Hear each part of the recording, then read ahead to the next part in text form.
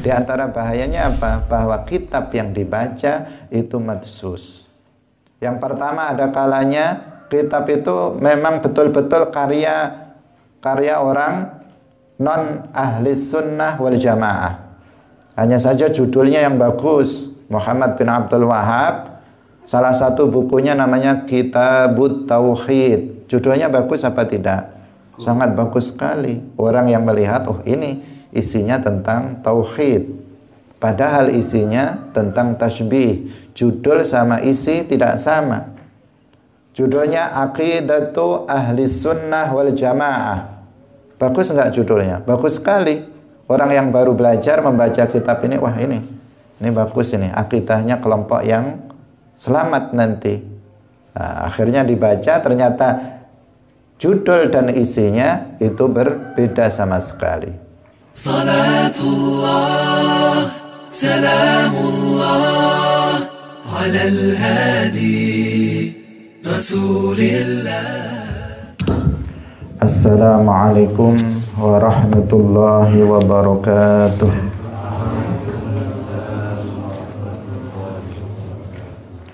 Alhamdulillahi rabbil alamin.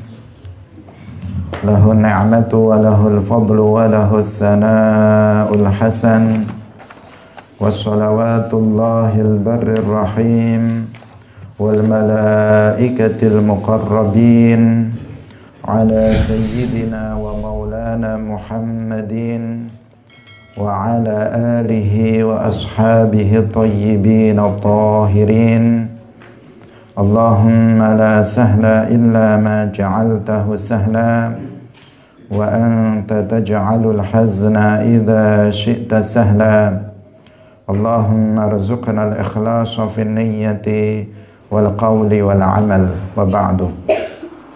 Ila nabiyil mustafa sallallahu alaihi wasallam wa ikhwanihi minal anbiya'i wal mursalin wa syuhada'i was salihin, khususan ila sultanil awliya Syekh Abdul Qadir Al-Jilani wa Syekh Ahmad Ar-Rifa'i wa Syekh Bahauddin An-Naqsyabandi wa Syekh Abdullah Al-Harari wa ila arwahi muassisi Jam'iyyati Nahdlatul Ulama Syekh Muhammad Hashim Ash'ari wa Syekh Bisri Sansuri wa Syekh Abdul Wahab Hasbuwa wa ila arwahi jami'i ahli al-qubur minal muslimin wal muslimat wal mu'minin wal mu'minat min masyariqil ardi ila magharibiha, khususan ila arwahi abaina wa ummahatina wa ajdadina wa jaddatina wa masyayikhina wa masyayikhi masyayikhina.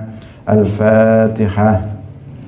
A'udzu billahi minasy syaithanir rajim.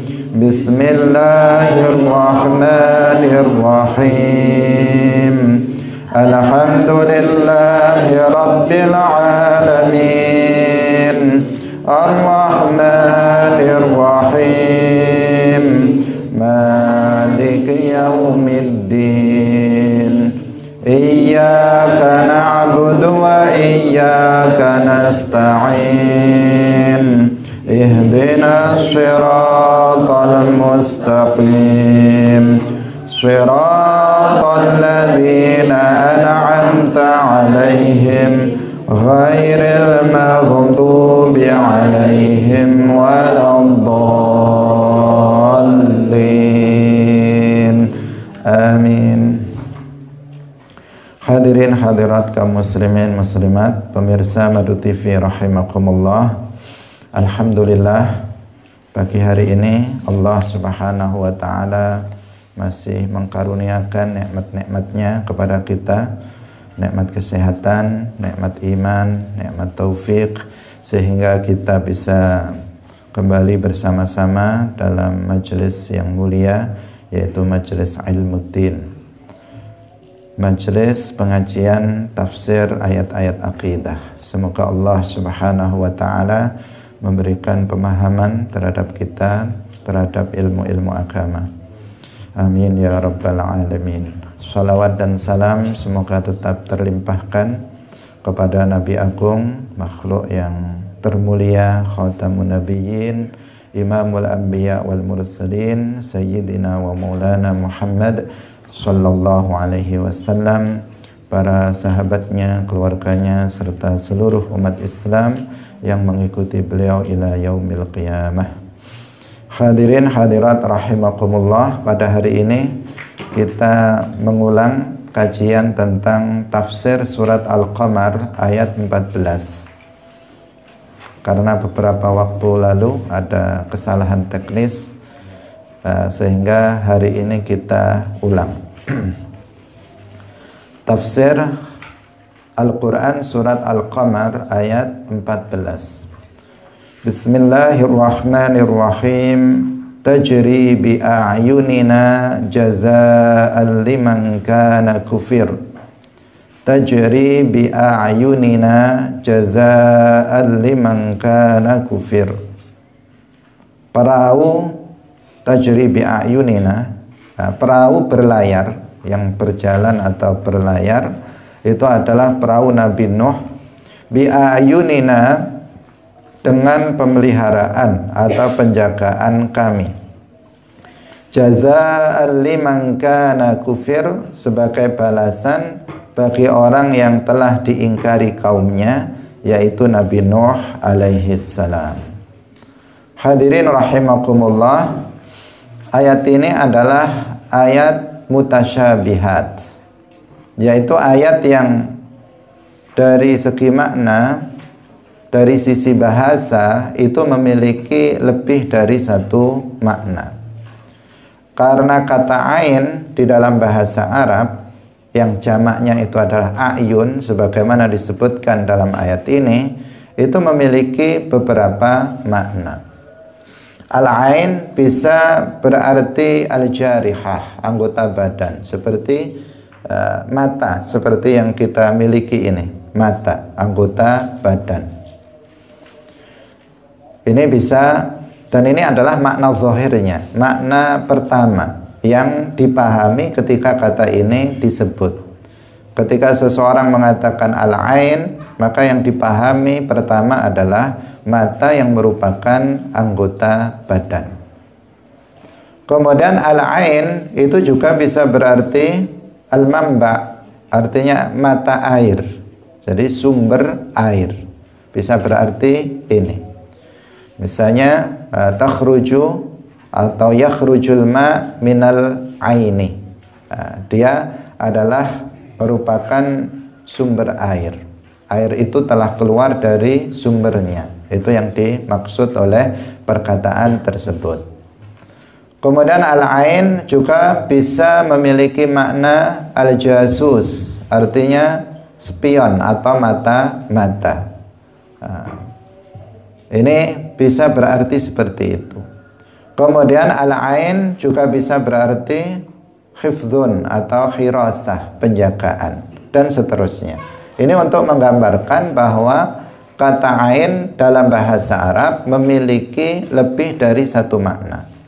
Sehingga ketika kata ayun yang merupakan jamak dari ain disebutkan dalam ayat ini dengan firman Allah, tajri bi'ayunina jazaa'an liman kana kufir, maka ayat ini disebut sebagai ayat mutasyabihat, yang makna zahirnya itu mengindikasikan seakan-akan dikatakan Allah subhanahu wa ta'ala itu memiliki anggota badan bernama mata, seakan-akan seperti itu.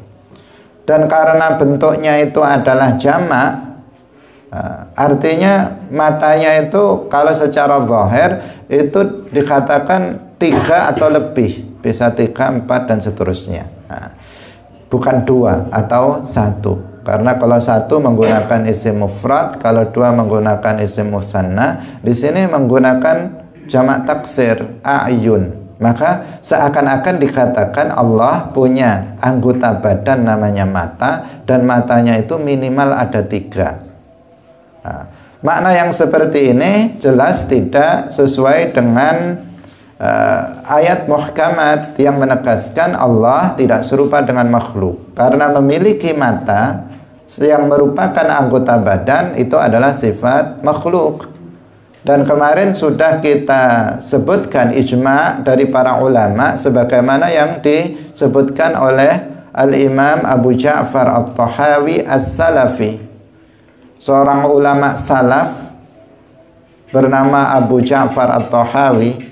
Disebut salaf karena beliau itu hidup pada 3 abad pertama Hijriah, lahir tahun 227 Hijriah, berarti abad ke-3 Hijriah, dan wafat tahun 321 Hijriah, awal abad ke-4 Hijriah. Nah, beliau adalah ulama salaf, memiliki kitab namanya Al-Aqid, yang dikenal dengan sebutan Al-Aqidah At-Tahawiyah. Kitab ini, kitab risalah Ahli Sunnah wal Jamaah atau yang dikenal dengan Al-Aqidah At-Tahawiyah, itu adalah kitab yang talaqathul ummah. Jadi semua umat Islam mengakui tentang bahwa kitab ini adalah kitab yang berisikan akidah Ahli Sunnah wal Jamaah.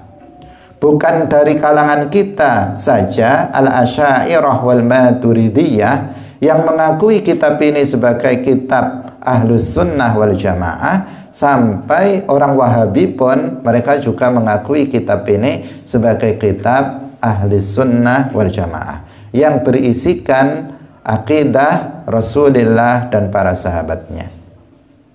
Sehingga kitab Al-Aqidah At-Tahawiyah ini diberi syarah, diberikan penjelasan oleh banyak sekali para ulama. Banyak sekali para ulama yang mensyarahi, memberikan penjelasan tentang kitab ini.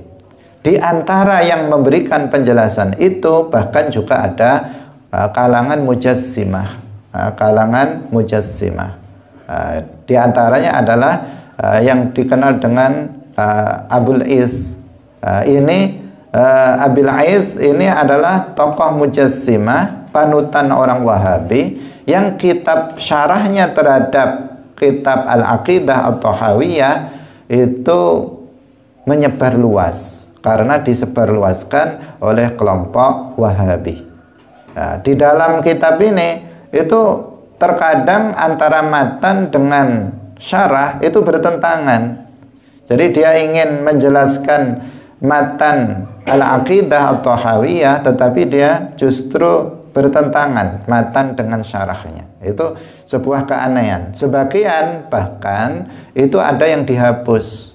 Jadi perkataan Al-Imam At-Tahawi yang nggak sesuai dengan akidah mereka itu dihapus. Itu memang cara-cara Wahabi dalam mengelabui umat. Mereka itu sangat licik. Itu yang harus diwaspadai. Terkadang mereka mencetak kitab-kitab para ulama. Mereka cetak dengan tahqiq, muhakkiknya itu dari mereka. Dia koreksi, dia tahqiq, diberi harokat dan sebagainya. Kemudian apa? Dirubah melalui tahqiq itu. Sehingga kitab itu memang kitab dengan judul yang sama. Misalnya kitab Riyadhus Shalihin, sama kitabnya dengan apa yang kita pelajari. Kitab Bulughul Maram misalnya, kitab Sahih Al-Bukhari, Al-Jami'us Sahih lil-Bukhari. Sama judulnya, sama pengarangnya dengan yang kita pelajari. Tetapi dicetak oleh mereka. Apa yang dilakukan? Sebagian mereka kemudian apa? Merubah. Nah, karena merubah sedikit saja, misalnya merubah harokat, itu sudah mempengaruhi makna.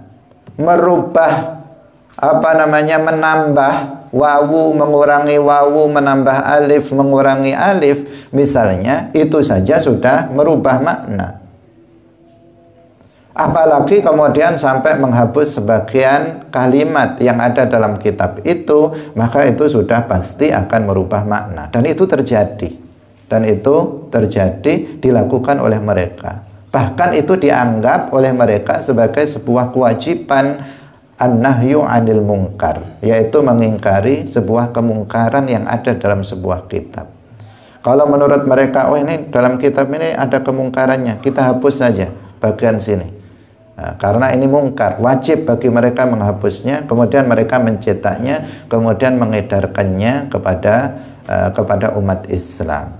Umat Islam yang nggak tahu mengatakan, oh ini Ini kitab Riyadhus Shalihin. Ini kitab misalnya tafsir As-Sawi, maka ini bagus ini. Oh, ini kitab Al-Ibanah karya Al-Imam Abdul Hasan Al-Asy'ari.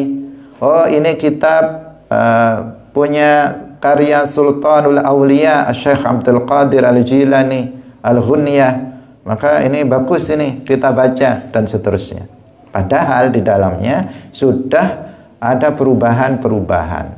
Bahkan ada penambahan, ada pengurangan, ada merubah harokat dan sebagainya yang mereka maksudkan untuk mengelabui umat Islam. Ini terjadi hal yang seperti itu.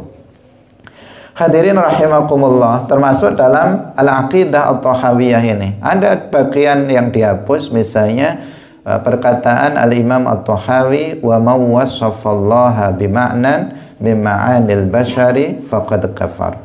Barang siapa yang mensifati Allah dengan salah satu sifat dari sifat manusia, maka dia telah kufur. Itu enggak ada. Dihilangkan, sengaja dihilangkan oleh mereka karena akidah itu menyerang mereka yang mensifati Allah dengan sifat-sifat makhluk, seperti perkataan mereka Allah punya mata, Allah punya tangan, Allah punya muka, Allah punya kaki dan sebagainya yang merupakan anggota badan. Hadirin hadirat rahimakumullah. Bahkan kitab Al-Ibanah an Usulid Diyanah karya Al-Imam Abdul Hasan Al-Asy'ari radhiyallahu anhu, beliau imam ahli sunnah wal jamaah. Sampai-sampai ada dalam kitab ini adalah akidah tasbih. Akidah tasbih, akidah yang isinya menyerupakan Allah dengan makhluknya. Yang dikatakan, katanya Al-Imam Abdul Hasan Al-Asy'ari itu mengatakan Allah itu tinggal di langit. Nah, padahal akidah Imam Abdul Hasan Al-Asy'ari tidak seperti itu, dan tidak ada para muridnya, para cucu muridnya, para pengikutnya dari kalangan Asy'ariyah yang meyakini keyakinan seperti ada dalam kitab itu. Nah, kitab ini madsus, kitab ini sudah disisipi oleh kalangan Wahabi dengan akidah sesat mereka. Maka ini salah satu hal yang harus kita waspadai, yaitu belajar dengan cara membaca. Nah, salah satu bahaya belajar dengan cara membaca tanpa ngaji, tanpa talaqi kepada ahlul ilmi yang thiqah, di antara bahayanya bahwa kitab yang dibaca itu madsus. Yang pertama, ada kalanya kitab itu memang betul-betul karya orang non ahli sunnah wal jamaah. Hanya saja judulnya yang bagus. Muhammad bin Abdul Wahhab, salah satu bukunya namanya Kitabut Tauhid. Judulnya bagus apa tidak?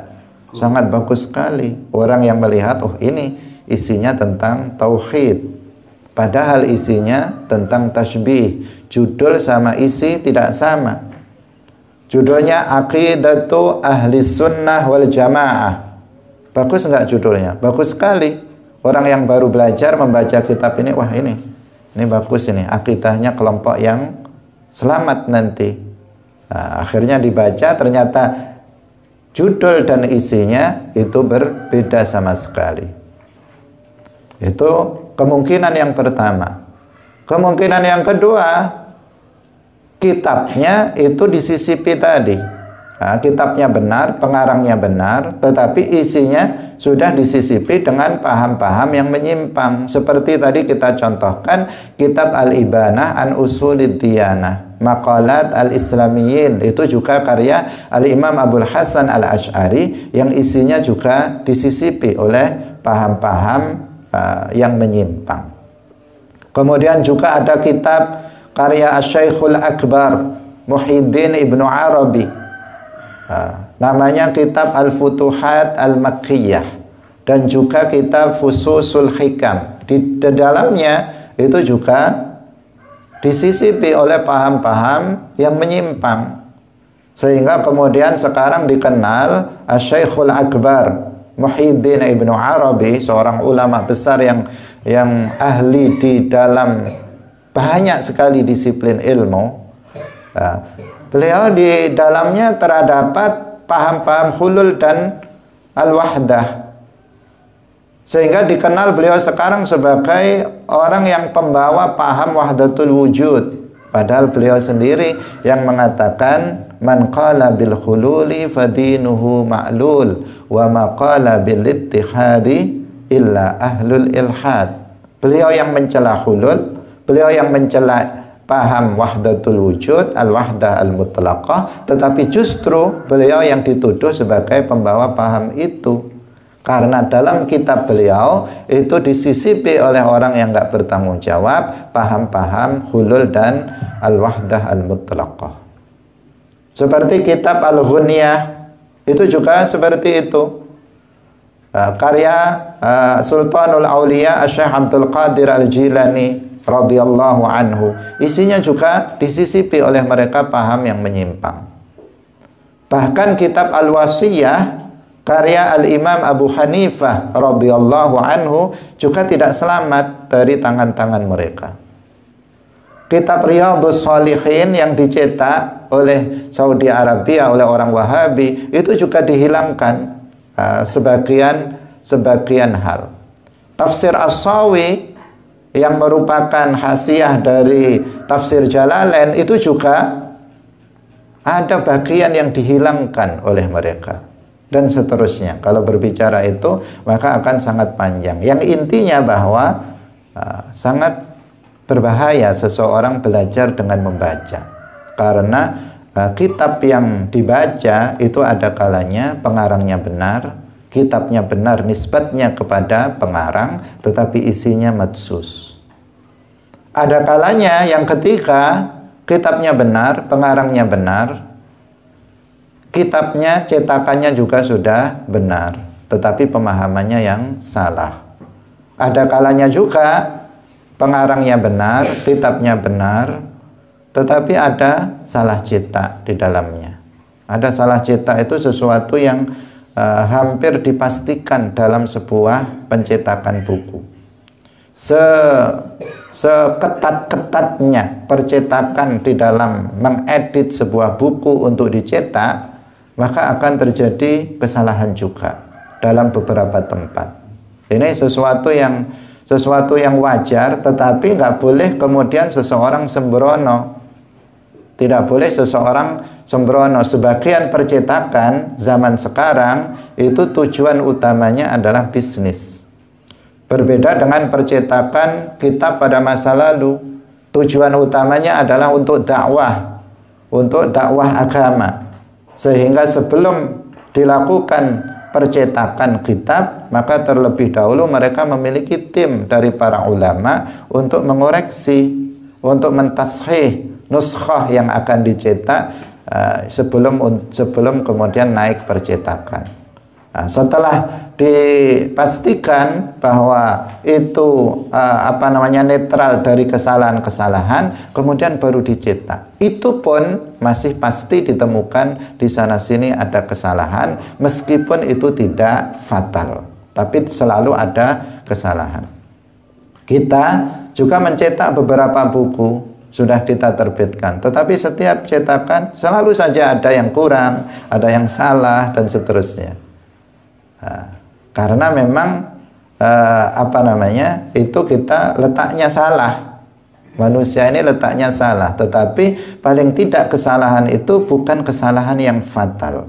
Karena keteledoran seseorang tidak mentashih, tidak mengoreksi kitab yang akan dicetak. Nah, ketika seseorang itu niatnya dalam mencetak buku itu adalah untuk bisnis, akhirnya dikejar tayang, harus selesai sekarang, yang pesan banyak dan seterusnya, akhirnya segera dicetak, kemudian terjadi kesalahan cetak yang mengakibatkan para pembaca salah di dalam memahami apa yang dibacanya. Nah, ini sekali lagi menggambarkan kepada kita bahayanya membaca buku. Nah, hadirin rahimakumullah, kita agak menyimpang ini tadi. Kita sedang berbicara tentang apa? Tentang bahwa para ulama itu berijma, telah sepakat, umat Islam telah sepakat bahwasanya Allah Subhanahu wa taala itu maha suci dari memiliki anggota badan, seperti yang disebutkan oleh Al-Imam At-Tahawi rahimahullah. Hadirin rahimakumullah, kita mengatakan ijma karena yang mengatakannya siapa? Al-Imam At-Tahawi, yang semua ulama dalam semua golongan mengatakan beliau adalah imam ahli sunnah wal jamaah. Kita kembali pada ayat tajri bi a'yunina jazaa'an liman kana kufir. Ayat ini makna zahirnya menunjukkan seakan-akan dikatakan Allah memiliki mata anggota badan, dan ini mustahil bagi Allah Subhanahu wa taala. Sehingga para ulama dalam masalah ini beliau atau mereka mentakwilkannya dengan bihifdzina. Tajri bi a'yunina artinya tajri bihifdzina. Sehingga kalau kita terjemahkan adalah dan perahu Nabi Nuh itu berlayar dengan penjagaan kami. Allah Subhanahu wa taala menjaga perahu dari Nabi Nuh alaihi salam. Kita telah tahu tentang kisah dari Nabi Nuh alaihi salam. Nabi Nuh alaihi salam adalah awwalur rusul ursila ilal kuffar. Seorang nabi yang pertama kali diutus kepada orang kafir. Bahkan kekufurannya itu sudah kufur tingkat tinggi. Nah, maksudnya apa? Kalau kita bahasakan itu sudah kufurnya sudah ngerak sekali. Kenapa? Karena Nabi Nuh alaihissalam itu pertama diutus kepada kaum yang kafir, yang kafirnya itu sudah lama sekali. Kenapa? Karena masa itu beliau diutus setelah jahiliyah ula, yang lamanya itu 1000 tahun. Jadi sejak Nabi Idris alaihissalam itu wafat, dikisahkan ada yang membimbing umat ketika itu adalah 5 orang wali, 5 orang wali yang nama-namanya disebutkan di dalam Al-Quran. Yang pertama namanya Wad, kemudian Suwa, yang ketiga Yaghuth, kemudian yang keempat Ya'uq, kemudian Nasr. 5 orang wali ini itu yang membimbing umatnya Nabi Idris alaihissalam setelah wafatnya Nabi Idris alaihissalam. Ini aulia as-salihun, al-muslimun as-salihun, yang membimbing umat dalam Islam, dalam ibadah kepada Allah Subhanahu wa ta'ala. Kemudian setelah kelima aulia ini wafat, kelima salihin ini wafat, Iblis laknatullah alaih datang kepada umatnya mengatakan, kenapa kalian tidak membuat patung sebagai peringatan atas jasa para aulia yang 5 ini? Kita mengenang jasa para aulia, kenapa tidak dibuatkan patung untuk mereka? Akhirnya mereka karena mengingat jasanya yang sangat besar dari 5 wali ini terhadap umat, maka kemudian mereka menerima usulan iblis ini. Mereka pun membuat patung besar dari 5 wali ini. Kemudian setelah berganti generasi, singkat cerita, Iblis laknatullah alaih datang kembali untuk memberitahukan kepada mereka bahwa nenek moyang mereka dahulu, karena iblis ini nggak mati-mati sampai nanti menjelang kiamat baru dia mati. Sampai sekarang iblis juga masih hidup. Pada generasi setelah Nabi Idris, iblis hidup. Setelah 5 wali ini meninggal, iblis juga masih hidup. Setelah ganti generasi, iblis juga masih hidup. Datang lagi mengatakan, kenapa kalian tidak beribadah, tidak sujud kepada berhala-berhala itu, kepada patung-patung itu? Kenapa kalian tidak sujud kepada patung-patung itu?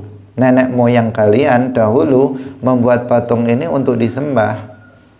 sementara kalian lalai tidak mau menyembahnya. Akhirnya dari situ kemudian ada yang terbujuk sehingga menjadi beribadah kepada patung. Inilah kesyirikan yang pertama kali terjadi di alam semesta ini. Sebelumnya pada zaman Nabi Adam, Nabi Syith, Nabi Idris tidak ada kekufuran, tidak ada kesyirikan, semuanya muslim, semuanya beribadah kepada Allah Subhanahu wa ta'ala. Baru setelah kejadian ini, kejadian setelah wafatnya 5 orang soleh ini, kemudian berganti generasi, terjadilah kesyirikan pertama. Dan itu berlangsung sangat lama, 1000 tahun. Di bumi ini nggak ada yang menyembah Allah, satu pun nggak ada yang beribadah kepada Allah di bumi ini selama 1000 tahun. Artinya kalau kekufuran itu sudah kufur sekali, sudah itu dengan bahasa yang disangatkan. Jadi saking lamanya, baru kemudian Nabi Nuh alaihissalam awalur rusul ursila ilal kuffar. Bukan Nabi Nuh itu nabi yang pertama secara mutlak atau rasul yang pertama secara mutlak. Tidak. Kita meyakini Ahlus Sunnah wal Jamaah telah berijma bahwasanya Nabi Adam alaihissalam adalah an-nabiyyur rusul yang pertama. Nabi sekaligus rasul yang pertama. Karena Allah Subhanahu wa ta'ala di dalam Al-Quran berfirman, innallaha astafa Adama wa Nuha, dan seterusnya. Artinya Nabi Adam alaihissalam adalah Nabi sekaligus Rasul yang pertama secara mutlak. Adapun Nabi Nuh alaihissalam, ketika disebutkan di dalam hadis bahwa beliau adalah awwalur rusul, maka yang dimaksud adalah Rasul pertama yang diutus kepada orang-orang yang kafir. Nabi Adam alaihissalam diutus kepada orang mukmin, muslim. Nabi Idris, Nabi Syith juga diutus kepada umat yang muslim. Tugas mereka adalah bukan memasukkan mereka ke dalam Islam, tetapi tugasnya adalah mengajak mereka mengamalkan syariat Islam. Itu tugasnya. Sementara Nabi Nuh alaihissalam tugasnya adalah mengajak orang-orang yang kafir, orang-orang musyrikin untuk masuk ke dalam agama Islam. Ini penting karena orang Wahabi mereka mengatakan Nabi Nuh itu adalah Nabi dan Rasul yang pertama secara mutlak. Dan mereka mengatakan Nabi Adam itu bukan Nabi dan bukan Rasul. Ini adalah sebuah akidah yang fasidah, akidah yang rusak yang harus diwaspadai. Hadirin rahimakumullah. Datang Nabi Nuh alaihissalam berdakwah kepada manusia-manusia yang kafir, musyrik, penyembah patung. Sehingga dakwah Nabi Nuh ini bukan dakwah yang mudah, dakwah yang sangat berat. Beliau melakukan dakwah itu sampai 950 tahun dan hanya diikuti oleh sekitar 80 orang saja. 1 tahun nggak dapat 1. Berapa itu? Berapa tahun dapat 1? Kalau 950 dibagi 80 itu baru setelah ratusan tahun dapat 1.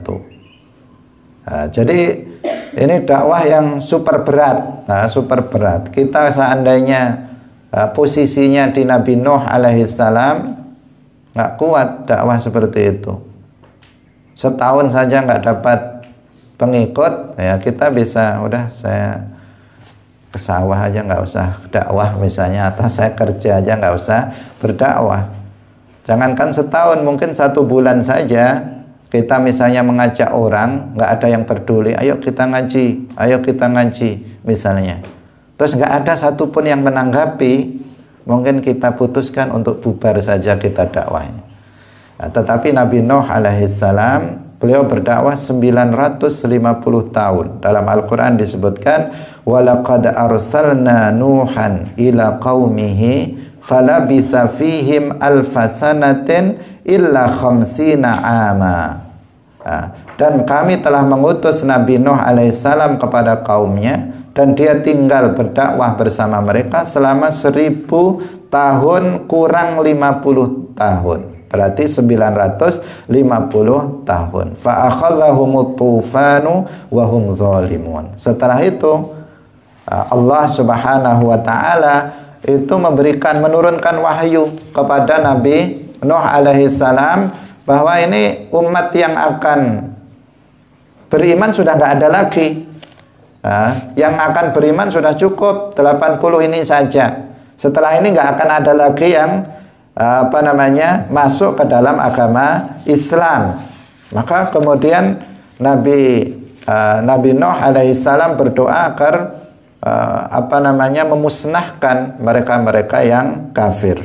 Jadi pertama-tama bukan berarti Nabi Nuh alaihissalam ini putus asa setelah 950 tahun hanya dapat sedikit pengikut, kemudian Nabi Nuh kemudian putus asa dalam dakwah, tidak. Tetapi karena Allah Subhanahu wa taala itu telah menurunkan wahyu kepada beliau bahwa yang masuk Islam itu sudah habis, sudah nggak ada lagi. Setelah ini udah nggak ada lagi orang yang mau masuk ke dalam agama Islam. Disebutkan dalam Al-Quran, wa uhiya ila nuhin annahu la yu'mina min qaumika illa man qad aman. Dikatakan dan diwahyukan kepada Nuh bahwasanya tidak akan ada yang beriman dari kaummu kecuali orang yang sudah beriman. Artinya yang belum beriman nggak akan ada yang beriman lagi. Maka di sini kemudian Nabi Nuh alaihissalam berdoa kepada Allah Subhanahu wa taala agar memusnahkan kaumnya. Maka doa dari Nabi Nuh alaihissalam ini kemudian dikabulkan oleh Allah Subhanahu wa taala. Allah Subhanahu wa taala memerintahkan kepada Nabi Nuh alaihissalam untuk membuat perahu. Untuk membuat perahu besar. Dalam Al-Quran disebutkan, fa'auhayna ilaihi anisna'il fulka bi'ayunina wa wahyina fa'idha ja'a amruna wa faratan nuru fasluk fiha min kullin zawjain ithnain wa ahlaka min kulli zawjain ithnaini wa ahlaka illa man sabaqa alaihi alqawlu minhum wa la tukhatibni fil ladzina zalamu innahum mughraqun. Dan kami Allah Subhanahu wa taala mewahyukan kepadanya, kepada Nabi Nuh, buatlah kapal, buatlah perahu bi ayunina. Ini sama dengan tadi, tetapi di sini beda ayat. Anisna'il fulka bi ayunina, buatlah perahu dengan ayun kami, artinya dengan penjagaan kami dan dengan tuntunan wahyu kami, wahyu Allah Subhanahu wa ta'ala. Sehingga Nabi Nuh alaihissalam ketika itu membuat perahu di daratan, membuat perahu dengan tuntunan wahyu Allah. Kenapa? Karena ketika itu belum ada perahu. Pertama kali yang membuat perahu itu Nabi Nuh alaihissalam. Sehingga umatnya ini yang nggak tahu ini Nabi Nuh ini buat apa ini. Nah, dia dari kayu kemudian buat perahu. Itu pertama kali dikenal di dunia ini, di bumi ini, sebuah perahu. Nabi Nuh alaihissalam yang pertama membuatnya dituntun oleh wahyu Allah Subhanahu wa ta'ala bagaimana membuat perahu. Perahu yang sangat besar, perahu yang sangat besar dibuat oleh Nabi Nuh alaihissalam. Sehingga ini dicemooh, dihina oleh kaumnya.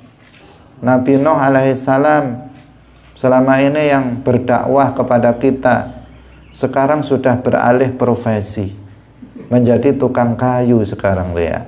Karena dia buat perahu yang ketika itu mereka belum mengenal itu apa itu. Tetapi Nabi Nuh alaihissalam dengan tuntunan wahyu dari Allah Subhanahu wa ta'ala tetap membuat perahu itu. bihifdzina, bi'ayunina, artinya dengan penjagaan dari Allah Subhanahu wa ta'ala. Dalam ayat yang lain disebutkan wasna'il fulka bi'ayunina wa wahyina wa la tukhatibni fil ladzina zalamu innahum mughraqun. Hadirin hadirat rahimakumullah. Jadi ayat yang serupa itu ada beberapa yang isinya adalah perintah kepada Nabi Nuh alaihissalam untuk membuat perahu. Dan dalam pelaksanaan pembuatan perahu ini, kapal ini dituntun beliau oleh wahyu Allah Subhanahu wa ta'ala dan dijaga oleh Allah Subhanahu wa ta'ala dengan lafaz dalam ayat ini adalah bi'ayunina. Nah, jadi bi'ayunina dalam ayat 2 yang kita baca tadi itu sama maknanya dengan bi'ayunina dalam ayat yang tadi kita sebut tajri bi'ayunina jazaan liman kana kufir. Hadirin rahimakumullah. Setelah Nabi Nuh alaihissalam selesai membuat perahunya, kemudian Allah Subhanahu wa ta'ala menurunkan azabnya. Karena dahulu umat-umat sebelum Nabi Muhammad, jika mereka itu kufur, membangkang kepada para nabinya, maka azab akan diturunkan kepada mereka. Berbeda dengan umat Nabi Muhammad. Umat Nabi Muhammad itu masih diberikan keleluasaan di dunia ini. Kadang orang kafir, dia masih enak-enakan hidup di dunia ini, bersenang-senang hidup di dunia ini tanpa ada azab yang turun kepada mereka. Mereka nggak pernah sholat, nggak pernah puasa, nggak pernah belajar ilmu agama. Mereka masih santai-santai di dunia ini. Itu untuk umatnya Nabi Muhammad sallallahu alaihi wasallam. Tetapi untuk umat sebelum Nabi Muhammad, jika mereka kufur, jika mereka membangkang kepada para nabinya, maka Allah Subhanahu wa ta'ala menurunkan azab kepada mereka. Seperti yang terjadi kepada kaum Tsamud, kaum Ad, kaumnya kaumnya Nabi Lut alaihi salam, kaumnya Nabi Yunus, kaumnya para nabi, banyak yang kemudian dimusnahkan gara-gara mereka kufur kepada Allah Subhanahu wa ta'ala dan mendustakan para nabinya.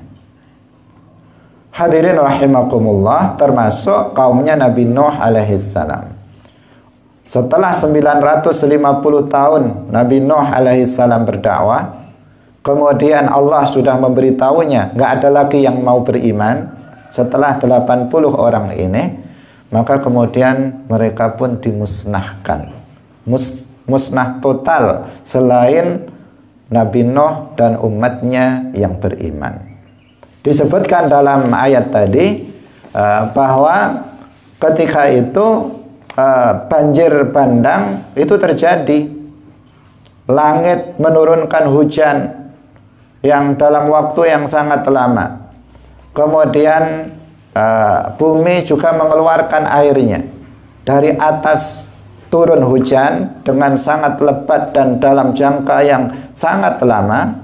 Kemudian bumi pun mengeluarkan airnya, sehingga air dari atas dan air dari bawah menyatu, sehingga bumi ini tertutup oleh air bah yang begitu dahsyat, yang sampai menutup gunung-gunung. Jadi gunung saja sampai tertutup, sehingga salah satu anak Nabi Nuh alaihissalam yang kafir, namanya Kan'an, itu diminta oleh Nabi Nuh alaihissalam untuk masuk Islam dan bisa naik ke dalam perahu. Tetapi karena kesombongannya, dia mengatakan, saya mau naik gunung, kata dia, dengan anggapan dengan naik gunung dia akan selamat. Tetapi ternyata air itu pun menenggelamkan gunung, sehingga tidak ada yang orang kafir yang bisa selamat dari bahtera banjir yang sangat dahsyat ini. Hadirin hadirat yang dirahmati oleh Allah Subhanahu wa ta'ala, Nabi Nuh alaihissalam Sebelumnya setelah ada tanda-tanda azab Allah akan turun, diperintahkan untuk memasuki perahu itu. Dan setiap binatang-binatang itu secara berpasangan, jantan dan betina dimasukkan ke dalam perahu itu untuk menjaga keturunan dari bangsa binatang dan juga dari manusia. Manusia-manusia yang ada dahulu adalah keturunan orang-orang yang naik perahu ini, karena orang yang kafir sudah dimusnahkan. Kemudian binatang-binatang yang ada ini juga keturunan dari binatang-binatang yang dibawa oleh Nabi Nuh alaihissalam ke dalam perahunya. Selain itu dimusnahkan dalam azab yang sangat besar tersebut. Hadirin hadirat rahimakumullah. Perahu Nabi Nuh alaihissalam itu berada di atas air selama 150 tahun. Selama 150 hari. Bukan 150 tahun. 150 hari. Banjir yang cukup lama. Berapa bulan? 5 bulan. Banjir selama 5 bulan. Banjir 5 hari saja sudah orang kelabakan. Banjir sehari semalam saja orang sudah kebingungan. Di sini banjir selama 150 hari lamanya. Dan banjirnya bukan banjir kecil-kecilan, tetapi banjir yang menutupi sampai menutup gunung, lembah, nggak rata semuanya dengan air. Ini tentu meskipun menggunakan perahu itu juga sangat berbahaya. Dari sisi ombaknya, banjir itu, maka itu sangat membahayakan. Tsunami terjadi, perahu-perahu yang di lautan pun pada guling semua kan. Nggak akan selamat meskipun di atas perahu, kecuali yang diselamatkan oleh Allah Subhanahu wa ta'ala. Ini artinya apa? Meskipun mereka di atas lautan, mereka juga bukan tidak dalam bahaya, mereka dalam bahaya. Ditambah lagi waktunya yang sangat lama, 150 hari. Bagaimana dengan makan mereka? Bagaimana dengan minum mereka selama di atas perahu? Bagaimana dengan mental mereka? Kita kalau nyebrang lautan misalnya, naik kapal laut 2 jam saja terasa 1 hari kita melewatinya perasaannya. Karena apa? Karena ya sangat cemas dan tidak enak, sehingga terasa sangat lama. Apalagi ini 150 hari di atas banjir yang sangat besar. Nah, mereka selamat itu kenapa? Karena Allah Subhanahu wa ta'ala menjaganya. Sebagaimana dalam Al-Quran yang sedang kita bahas, tajri bi a'yunina jazaa'an liman kana kufir. Dan perahunya Nabi Nuh alaihissalam itu berlayar dengan penjagaan kami. Allah Subhanahu wa ta'ala menjaga berlayarnya perahu Nabi Nuh alaihissalam, sehingga perahu ini kemudian selamat dan orang-orang yang ada di dalamnya seluruhnya selamat sampai banjir itu reda setelah 150 hari. Dan fastawat alal judi, perahu Nabi Nuh kemudian berlabuh di atas bukit Al-Judi di daerah Irak dalam keadaan selamat, sehingga yang tersisa hanya orang-orang yang beriman saja ketika itu. Sementara orang-orang yang kafir, meskipun di antara mereka ada istri Nabi Nuh alaihissalam yang kafir, dan juga ada anak Nabi Nuh alaihissalam yang kafir. Nabi Nuh anaknya banyak, di antaranya ada yang mukmin, kemudian ada yang kafir seperti Kan'an. Semuanya yang kafir itu ditenggelamkan.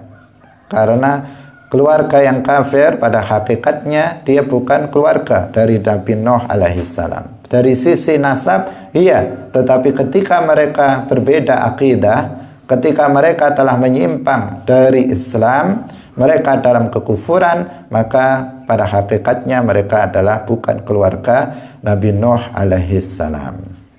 Hadirin hadirat yang dirahmati oleh Allah Subhanahu wa ta'ala.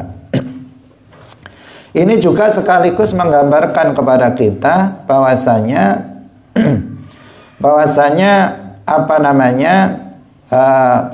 para nabi itu tugasnya hanya berdakwah saja. Adapun hidayah Allah Subhanahu wa taala itu yang menentukannya. Sehingga kita tidak perlu terlalu ambil pusing dengan hasil, tetapi yang kita lakukan dalam berdakwah yang terpenting adalah proses, karena itulah yang akan menghasilkan pahala bagi kita nanti di akhirat. Yang penting kita adalah melakukan dakwah dengan cara yang hikmah, dengan cara-cara yang baik, yang sesuai dengan ketentuan syara. Kita yang penting kita menyampaikan apa yang sudah kita pelajari, baik melalui majelis-majelis ta'lim, melalui khutbah-khutbah Jumat, melalui buletin-buletin yang kita buat, melalui postingan-postingan di Facebook, di Instagram dan sebagainya. Kita melakukan dakwah semampu kita yang kita bisa lakukan. Adapun hasil, maka itu bukan kita yang menentukannya, yaitu Allah Subhanahu wa taala yang menentukannya. Maka yang kita pikirkan bukan hasilnya, nanti harus begini dan begitu, tetapi tugas kita adalah al-balagh. Kita adalah menyampaikan saja apa yang kebenaran yang sudah kita terima dari para guru kita kepada orang lain. Itu yang menjadi tugas kita. Sehingga sebagian orang dalam berdakwah ini, karena sebagian orang itu berpikir tentang hasil, sudah begini tetap begitu saja. Memangnya kamu yang bisa menentukan seseorang itu menjadi baik. Yang penting adalah kita melakukan proses, kita melakukan sebuah hal yang itu adalah berupa proses dakwah. Kita mengajak, termasuk di mana saja kita membuat peraturan, kita membuat usaha-usaha untuk kebaikan. Tidak semua orang mentaatinya. Tidak semua orang itu kemudian mengikutinya. Tugas kita adalah menyampaikan, tugas kita adalah menuntun. Jika kemudian ada yang berengkel, ada yang tidak mau, tidak taat, maka itu murni itu bukan wewenang kita dan bukan kapasitas dan kemampuan kita untuk bisa melakukannya atau untuk bisa menentukannya. Hadirin hadirat yang dirahmati oleh Allah Subhanahu wa ta'ala. Di dalam Al-Quran ada ayat lain yang menyebutkan tentang tentang ain juga, tetapi dengan lafadz yang mufrad, yaitu tentang kisah Nabi Musa alaihi salam dalam surat Thaha ayat 39. Ini insya Allah akan kita bahas dalam pertemuan berikutnya, insya Allah, secara khusus, karena agak panjang pembahasannya dan waktu kita telah habis pada pagi hari ini. Semoga apa yang kita sampaikan bermanfaat bagi kita. Barakallahu fikum, wallahul muwaffiq ila aqwamit thariq. Wassalamualaikum warahmatullahi wabarakatuh. سلام الله على الهادي رسول الله.